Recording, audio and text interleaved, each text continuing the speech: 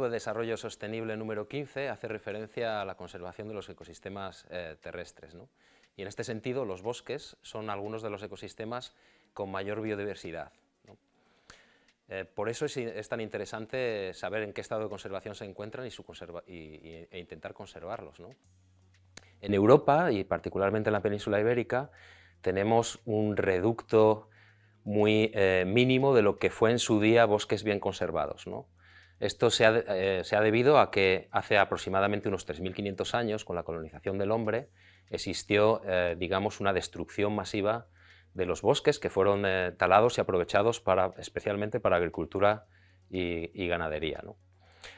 Más recientemente, estos bosques pues, han sido, digamos, destruidos para crear infraestructuras de diferente tipo, ¿no?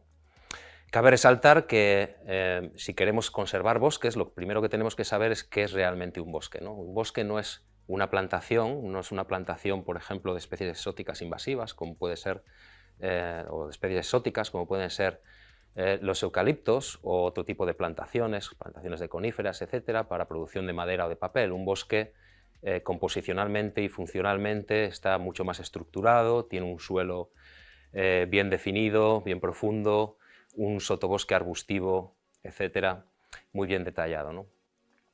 En este sentido, una de las grandes preocupaciones que existe en la conservación de los bosques es precisamente esta sustitución de ambientes que potencialmente servirían para sostener bosques naturales y que están siendo suplantados por plantaciones de estas especies exóticas para producción, ¿no?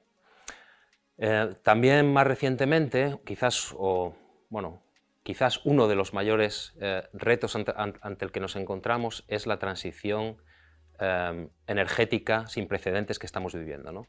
Entonces, la instalación de un montón de infraestructuras relacionadas con, digamos, sistemas de eólicos o sistemas de instalación de parques fotovoltaicos, etcétera, puede, dependiendo de dónde se ejecuten esas obras y de las obras que sean necesarias para su instalación y para su mantenimiento, pues afectar muy negativamente a los bosques. Otro de los quizás temas más candentes en la conservación de los bosques es precisamente digamos, el aprovechamiento agroganadero, ¿no? Especialmente la sobreexplotación debido al sobrepastoreo. Este quizás ha sido uno de los principales retos desde hace ya miles de años y en la actualidad sigue siendo un reto importante, ¿no? Quizás por su relevancia cabe destacar hoy en día uno de los principales retos en los que nos encontramos es la generación o digamos la instalación de plantas de biomasa para la quema de vegetación con el fin de generación de electricidad, ¿no? En este sentido, este tipo de plantas de biomasa habitualmente son vendidas como, digamos, un tipo de energía renovable y, por tanto, interesante desde el punto de vista del desarrollo sostenible, ¿no? Sin embargo, esto realmente no es así, ¿no? Esto no es así por una sencilla razón o por varias razones. En primer lugar, digamos que sí, si bien es renovable, la tasa de renovación de esos recursos es muy lenta, de tal manera que cuando quemamos biomasa liberamos instantáneamente un montón de carbono, un montón de CO2, que va a ser posteriormente recuperado en la vegetación, pero con un, digamos, con un intervalo temporal de decenas de años, incluso siglos. Durante todo ese tiempo el carbono o el CO2 está en la atmósfera, afectando negativamente. Hay que tener en cuenta que el CO2 es uno de los gases de mayor impacto de efecto invernadero, ¿no? Además, esta combustión de biomasa, digamos, libera óxidos de nitrógeno y óxidos de azufre que son muy perjudiciales para la salud, y así como también micropartículas, ¿no? Este tipo de micropartículas, por ejemplo, ha producido una mayor incidencia de enfermedades respiratorias, y en el mundo desarrollado es una de las causas hoy en día, o digamos uno de los efectos que ha incrementado la mortalidad, ¿no? Con además un coste económico en sanidad bastante importante, ¿no? Entonces, Además de esto, quemar biomasa o quemar, digamos, parte de la vegetación no es sostenible tampoco ambientalmente. Quiero decir, los bosques, especialmente los bosques maduros, requieren de una serie de estratos arbustivos, arbóreos y en el suelo forestal que cuando son utilizados o cuando son quitados para quemar o para utilizarse para quemar biomasa, pues son, digamos, alteran la biodiversidad de esos ecosistemas tan ricos, ¿no? Es decir, alteran particularmente la funcionalidad. Hay que tener en cuenta que un bosque tiene un suelo bien definido, capaz de amortiguar la contaminación, capaz de retener el agua por escorrentía, reduce los efectos de la sequía, además tiene unas estructuras bastante complejas, lo que hace que sirva como para controlar determinado tipo de plagas. De hecho, no es casualidad, ¿no?, que las plagas forestales más importantes no se produzcan en bosques naturales, sino se producen en plantaciones, precisamente en plantaciones para producción, plantaciones especialmente de especies exóticas, ¿no? Entonces, con todos estos condicionantes, ¿no?, digamos que la quema de vegetación no es una buena idea desde el punto de vista de sostenibilidad ambiental, ¿no? Digamos que algunos que abogan por este tipo de uso de materia vegetal para generar energía, a lo que se agarran es precisamente al que quemar parte de esa vegetación puede reducir el riesgo y la incidencia y la superficie de bosque quemado, ¿no?, de vegetación quemada. Sin embargo, este argumento no tiene mucho recorrido, ¿no? Si lo que realmente intentamos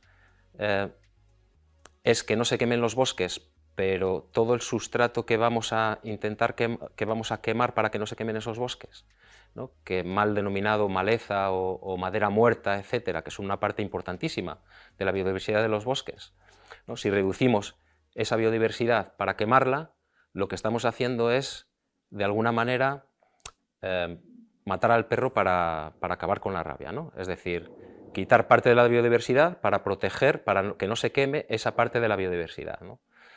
En ese sentido, el uso de términos peyorativos como maleza o como monte sucio, etcétera, pues no están ayudando en absoluto, ¿no?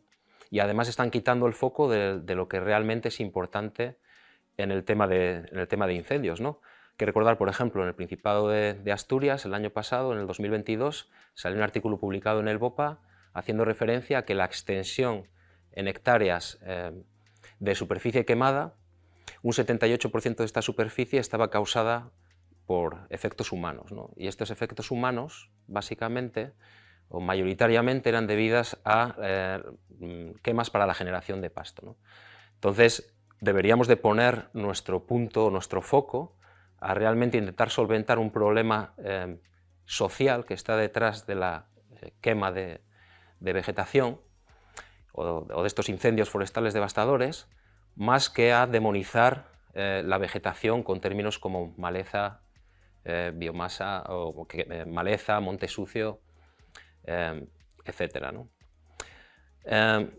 Hay que recordar además que estamos en un momento en el que necesitamos capturar carbono de la atmósfera por este efecto de cambio climático, y cualquier cualquier quema que suponga una liberación, aunque sea temporal, de ese carbono va a ser perjudicial. En este sentido, los bosques tienen una función muy importante, ¿no?, como ecosistemas terrestres más capacitados, ¿no?, para capturar y retener ese carbono, ¿no? Recientemente ha salido en una revista bien conocida, Nature, Nature, un estudio en el que lo que se decía es que si dejáramos renaturalizarse y, digamos, los bosques, o la capacidad que tienen los bosques para renaturalizarse es tan alta, que si les dejáramos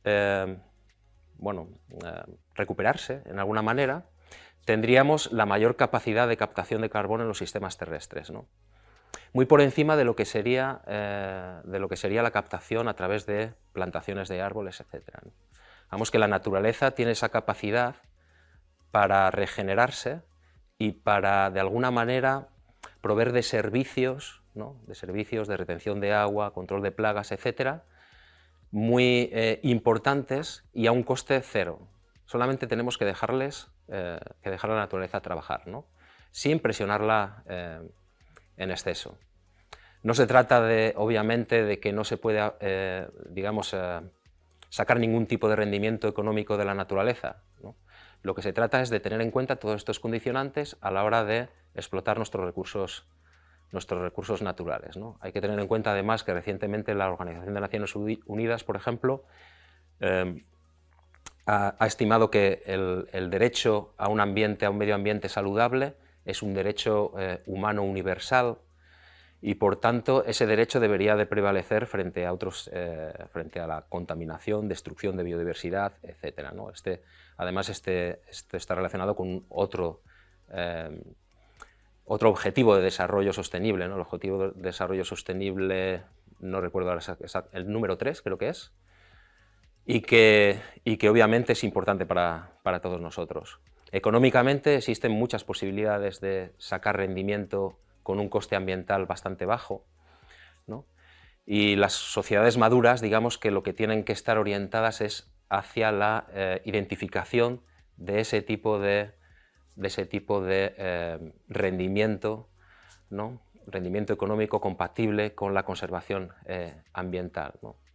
Teniendo en cuenta que además la naturaleza de per se ya nos provee de servicios que son interesantes para nuestro bolsillo, ¿no? Reducción de un montón de... O sea, reducción de las sequías, control de plagas, como hemos comentado anteriormente, etcétera, ¿no?